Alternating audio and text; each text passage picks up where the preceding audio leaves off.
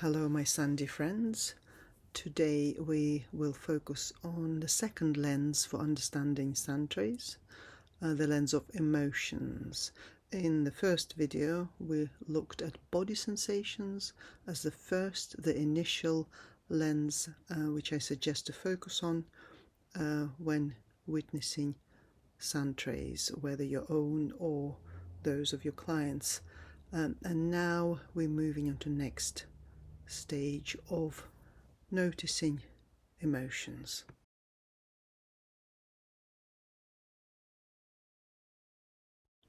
Of course, emotions are closely connected to our bodily experiences. We may notice butterflies in our stomach or in our chest. We may connect it to the feeling of nervousness or excitement or anxiety. A sense of heaviness may be associated with sadness or sense of guilt. So putting a name to emotion has been shown by research to be quite fundamental in not just an awareness of emotion, but in our capacity for emotional regulation as well.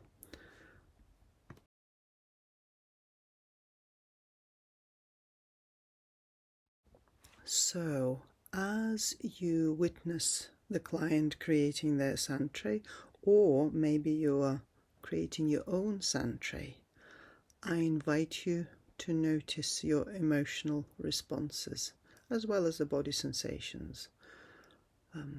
How are you feeling when the client is collecting symbols, when they're creating, constructing their sandtray world, as they're sitting with the sandtray or talking to you about the sandtray? What emotions arise in relation to the whole of the sandtray, or maybe certain parts of it? This could be very simple emotions, maybe just liking or not liking some aspects of the sandtray. You may experience some anxiety, some joy, calm, perhaps frustration or anger as you're observing some of the process or particular areas of the sandtray, or maybe specific symbols. So again, there's no need to interpret or try and understand why your emotional reactions are the way that they are. Just noticing them and being aware of them is enough.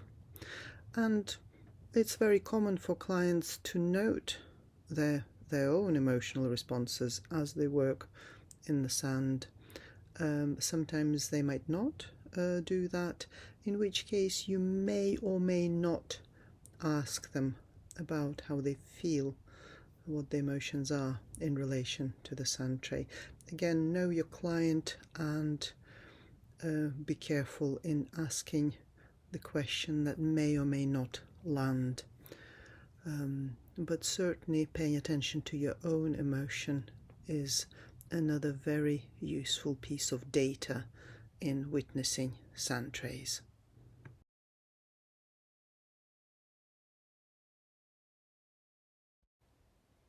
And just a separate note, whilst your client may or may not talk about their emotions, they will certainly use the symbols, the objects from your collection to represent different types of emotions. So make sure you have a good selection representing all kinds of feelings and emotional reactions.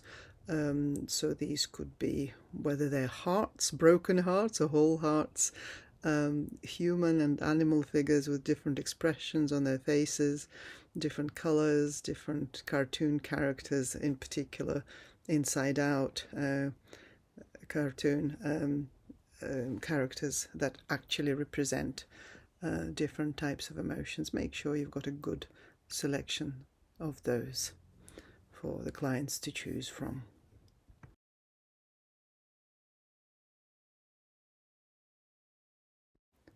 You can find the full handout of 36 lenses and explanatory notes on the shop page of my website, Sand and Sound Center website.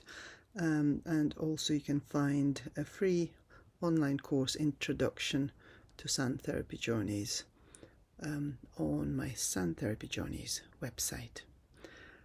See you next time for the third lens, which will be intuitions.